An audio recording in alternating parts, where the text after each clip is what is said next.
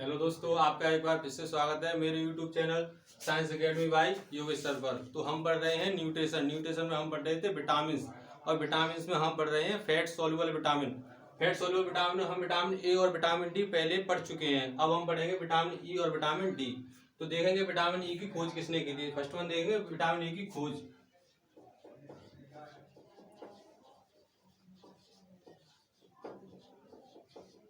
इवॉन्स and बायोसिप 1922 में। इवॉन्स और बायोसिप scientist थे, उन्होंने 1922 में इस विटामिन की खोज की थी। नेक्स्ट वन देखेंगे, इसका केमिकल नेम देखेंगे।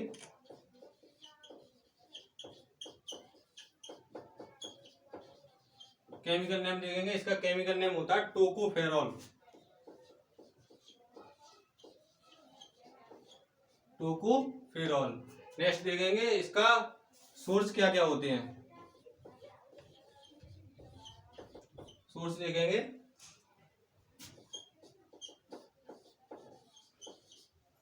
Oil seeds, cotton seed, fish oil,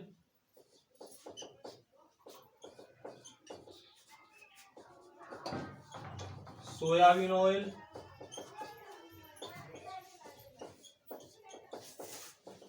sunflower oil. यानी जितने भी हमारे तेल होते हैं और जितने भी हमारे बीज होते हैं, ऐसे भी जिनों में तेल निकलता हो और जो खाने योग्य तेल हो वो निकलता हो, उन सभी में हमारा विटामिन ई पाया जाता है। और ये मिल्क प्रोडक्ट में ही पाया जाता है। मिल्क प्रोडक्ट यानी दूध या दूध से बने उत्पाद, जैसे खोया हुआ, पनीर हुआ, जो भी आपके दूध से बने उत्पाद, सभी में ये विटामिन सी पाया जाता है। अब देखेंगे इस विटामिन को और किस किस नाम से जानते हैं। तो देखेंगे, ब्यूटी विटामिन के नाम से हम इसे जानते हैं। इसे हम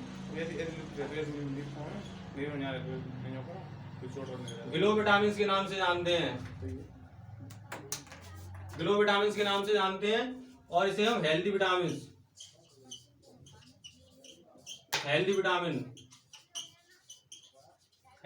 के नाम से जानते हैं। इन सारे विटामिन के नाम से हम विटामिन ई को जानते हैं। और नेक्स्ट देखेंगे इसे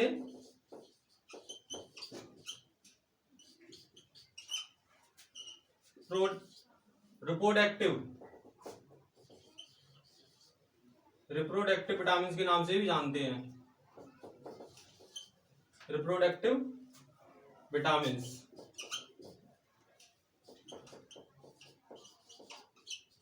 रिप्रोडक्टिव विटामिन के नाम जानते हैं। इनका इसका मतलब होता है प्रजनन विटामिन। और देखेंगे इसे, यह विटामिन का मेनली काम क्या होता है। ये हमारे जो टिश्यू जो होते हैं, टिश्यू को डैमेज होने से बचाता है।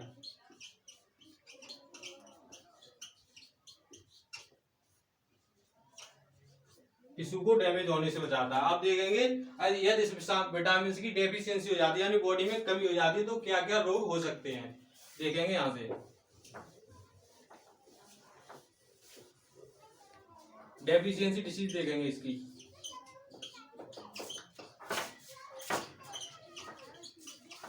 डेफिशिएंसी डिसीज देखेंगे क्या क्या हो सकती हैं। तो फर्स्ट वन होता है हीमोलाइसिस।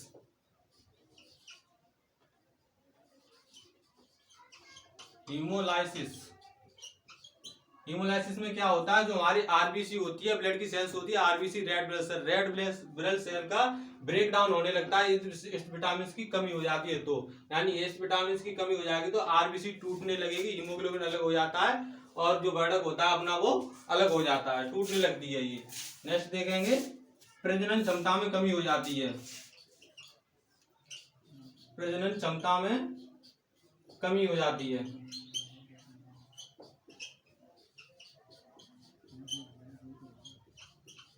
नेक्स्ट देखेंगे, और एक डिसीज हो जाती है, यानी व्यक्ति उम्र से पहले वृद्ध दिखने लगता है। आदमी बूढ़ा दिखने लगता है, ऐसे बाल झड़ जाते हैं, स्किन ड्राई हो जाती है और बहुत ही दुबला पतला हो जाता है। ये सारी डिसीज इस विटामिन की कमी से हो जाती हैं। नेक्स्ट देखेंगे, इसकी डेली रिक्वायरमेंट क्या होती है, कितना लेना चाहिए इस विटामिन को।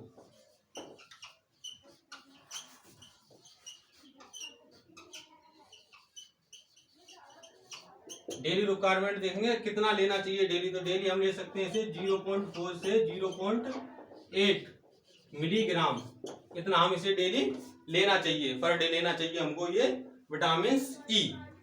ये रहा हमारा विटामिन सी, याद रखेंगे। इसकी खोज किसने की, केमिकल नेम, सोर्स, और इसके किस किस नाम से जानते हैं, क्या काम होता है इसका, और इसके डिसीज क्या क्या हो सकती हैं। डेली रिक्वायरमेंट याद रखेंगे 0.8 से 0.4 से 0.8 तक लेना चाहिए एमजी में, ठीक है। नेक्स्ट देखेंगे विटामिन डी, सॉरी विटामिन के। नेक्स्ट देखेंगे विटामिन के।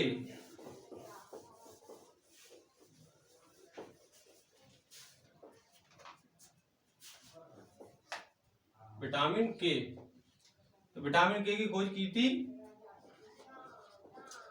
डैम एंड डोजी, AGI, इस तरीके से डोजी लिखेंगे। सन 1929 में, सन 1929 में विटामिन के की खोज की थी। नेक्स्ट देखेंगे इसका chemical name.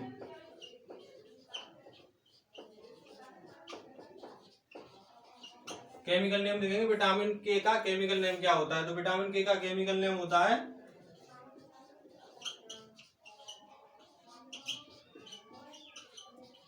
Phylloquinone, phylloquinone. Next इसके सोर्स देखेंगे, सोर्स यानी स्रोत क्या क्या होते हैं इसके।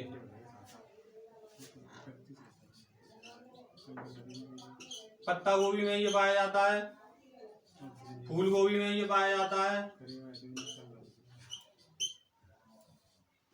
चुकंदर में ये पाया जाता है, यानी जितने भी हमारी ग्रीन वेजिटेबल होती है सभी में पाया जाता है, और ये नॉन वेज में भी पाया जाता है। और इस विटामिन का हमारी लार्ज इंटेस्टाइन के कोलन वाले पार्ट में भी उत्पन्न होता है। ये विटामिन देखेंगे कैसे होता है, लार्ज इंटेस्टाइन में होता है ये। लार्ज इंटेस्टाइन में विटामिन के का प्रोडक्शन होता है, देखेंगे कैसे होता है।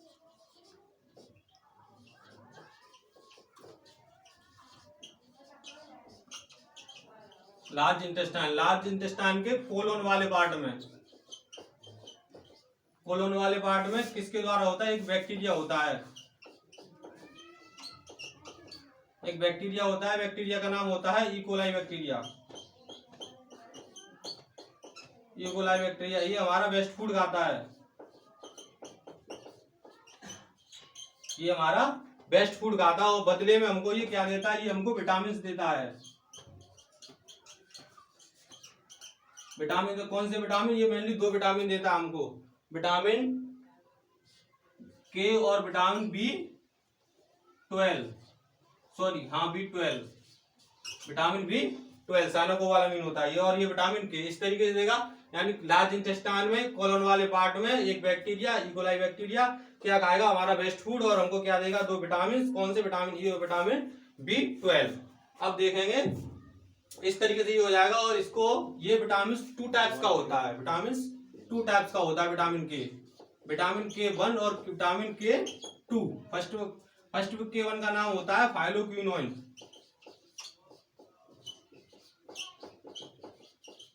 फाइलोक्विनोन, और K2 जो होता है उसका नाम होता है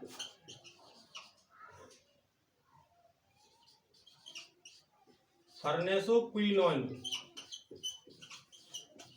ये विटामिन के टाइप्स होते हैं K1 और K2, और इस K1 का नाम होता है फाइलोक्विनोन और K2 का नाम होता है फर्नेसोक्विनोन। नेक्स्ट देखेंगे इसकी डेफिशिएंसी से क्या क्या बीमारियां हो सकती हैं, हमको डेफिशिएंसी डिसीज देखेंगे। इधर देखेंगे डेफिशिएंसी डिसीज।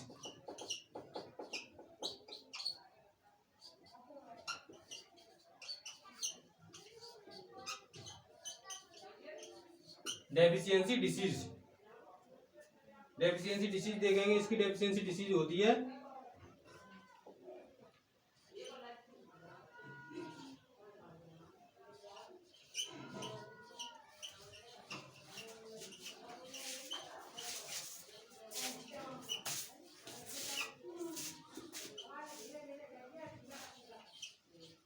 हाइपोप्रोथ्रोम्बोसेमिया, हाइपोप्रोथ्रोम्बोसेमिया। इसका मतलब होता है जो हमारा थ्रोम्बिन जो होता है, थ्रोम्बिन प्रोटीन होता है ब्लड में, ब्लड क्लॉटिंग प्रोटीन भी बोलते हैं, इसे ब्लड क्लॉटिंग प्रोटीन भी बोलते हैं, यानी ब्लड को क्लॉटिंग कराने वाला प्रोटीन। यानी जब हम कभी कट जाते हैं तो ब्लड जो बहता रहता है उसकी क्लॉटिंग होती है, उसे हम, ये जो हमारा प्रोथ्रोम्बिन जो होता है उसे प्रोथ्रोम्बिन में कन्वर्ट होने में जो समय लगता है वो बढ़ जाता है, यानी हम इसे कह सकते हैं blood clotting time, blood clotting time बढ़ जाता है। ये मैंने एरो बनाया बढ़ने का, जो ब्लड का क्लॉटिंग करने का टाइम जो होता है वो बढ़ जाता है, यानी ब्लड वैसे आपका जमेगा 4 या 5 मिनट में। अगर आपको ये डिसीज है, इस विटामिन की कमी है, तो आपका खून 1 घंटे 2 घंटे बाद जमना स्टार्ट होगा, यानी इसकी कमी हो जाएगी, बहुत देरी में आपका ब्लड लॉस्ट हो जाएगा। और एक आनुवांशिक डिसीज भी होती है, एक आनुवांशिक डिसीज भी होती है हीमोफीलिया। हीमोफीलिया, हीमोफीलिया एक डिसीज होती है, ऐसे आनुवांशिक डिसीज होती है, ये आनुवांशिक बीमारी होती है, ये एक आनुवांशिक बीमारी होती है।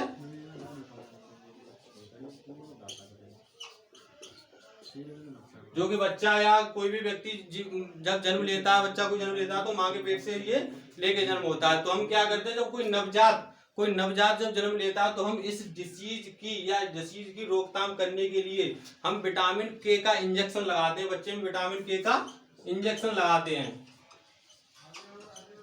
विटामिन के का इंजेक्शन कितना, 0.1 mg IM देते हैं, हम इसे इंट्रामस्कुलर देंगे, विटामिन के का इंजेक्शन लगाएंगे, अब 0.1 ग्राम देंगे, mg देंगे, और IM रूट से देंगे। इस तरीके से इस विटामिन को याद रखेंगे। इस विटामिन को ब्लड क्लॉटिंग विटामिन के नाम से भी जानते हैं, ब्लड क्लॉटिंग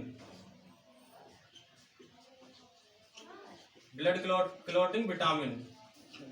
अगर क्वेश्चन कहीं दिखाई देता है आपको ब्लड क्लॉटिंग विटामिन, तो आप समझ जाना विटामिन के की बात की जा रही है, विटामिन के की बात की जा रही है। तो ये रहा आपका विटामिन के। अब नेक्स्ट हम देखेंगे विटामिन B12 जो कि फैट और जल दोनों में घुलनशील होता है। उसे हम जब बी कॉम्प्लेक्स पढ़ेंगे तभी हम उसको अच्छी तरीके से पढ़ेंगे। और ये आपके यहाँ पर फैट सोल्युबल जितने भी विटामिन थे वो मैंने यहाँ पर आपको पढ़ा दिए हैं। अगर मेरे आपको वीडियो अच्छा लगे तो वीडियो को पूरा देखें और लाइक करें, सब्सक्राइब करें, और थैंक यू।